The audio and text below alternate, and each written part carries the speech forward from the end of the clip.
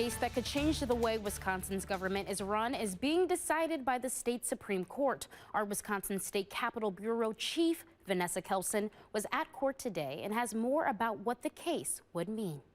Right now, if a funding request from Governor Evers is over $250,000, any single member from the legislature's Joint Finance Committee can block that request all by themselves, and they can do it anonymously. That's the system that Evers is challenging. Democratic Governor Tony Evers is suing the Republican-controlled legislature, arguing the Republican-led Joint Finance Committee is unconstitutionally overstepping its power. So the idea that somehow they have the ability to essentially work as a fourth arm of our state is just wrong.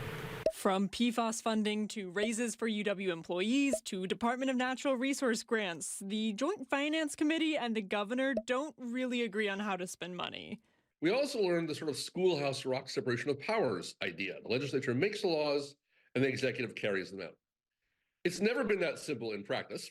The legislature's attorneys argue limiting the legislature's ability to block Evers' funding requests would overturn how our state government has functioned for almost a century. Governor Evers has vetoed more legislation than any other Wisconsin governor in history, which UW-Madison political science professor Howard Schwaber says is a symptom of the times. And extreme partisanship can create a constitutional crisis. The Wisconsin Supreme Court tells me they don't have a clear timeline yet on when they expect a decision, but we'll keep you updated. In Madison, Vanessa Kelson.